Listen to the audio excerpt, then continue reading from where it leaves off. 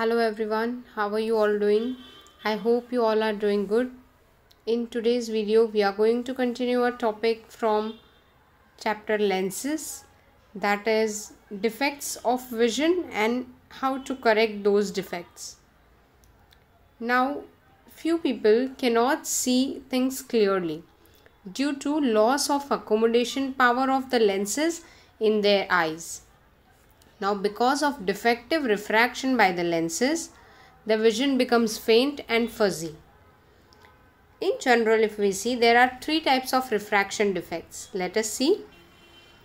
Nearsightedness or myopia. Now, what happens in this case? That the eye can see nearby objects clearly, but the distant objects appear indistinct. This means that the far point of the eye is not at infinity but shifts closer to the eye.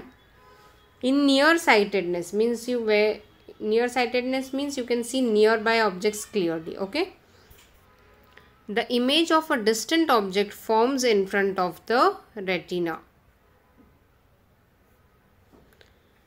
There are two reasons for this defect. First reason is the curvature of the cornea and the eye lens increases,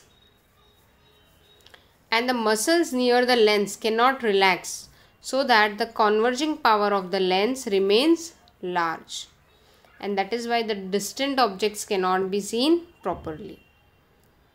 Second, the eyeball elongates so that the distance between the lens and the retina increases. Followed? So that is why again the distance between the lens and the retina becomes too much, so image formation becomes difficult. Now here let's see again. Now this defect, how you can correct this defect? This defect can be corrected by using spectacles with concave lens of proper focal length. See, because focal length was a problem, right? The distance between the lens and the screen was not proper. So this lens diverges the incident rays, and these diverged rays can be converged by the lens in the eye to form the image on the retina. Followed? And the focal length of concave lens is negative. So a lens with negative power is required for correcting nearsightedness. The power of the lens is different for different eyes depending on the magnitude of their nearsightedness. Followed, students, how we are going to correct it? We are going to correct it using concave lenses. So firstly, what will happen? The rays will be diverged, right? And then these diverged rays will be converged by the lens in the eye to form the image or retina. So the power of the lens is different for different eyes depending on the magnitude of their nearsightedness, right? Depending on the magnitude of the disease. Next is farsightedness or hypermetropia. Now here the far away objects can be seen clearly, but nearby objects cannot be seen distinctly, right?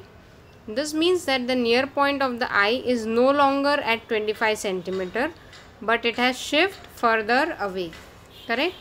Now there are two reasons for farsightedness. One, curvature of the cornea and the eye lens decreases so that the converging power of the lens becomes less.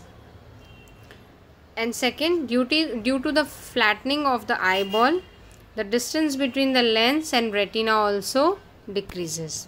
Followed? So this can be corrected by using a convex lens as shown here in the figure.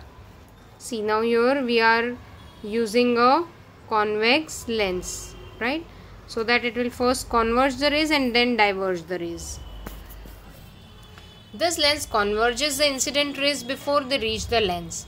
The lens then converges them to form the image on the retina, correct? The focal length of a convex lens is positive, thus the spectacles used to correct farsightedness has positive power.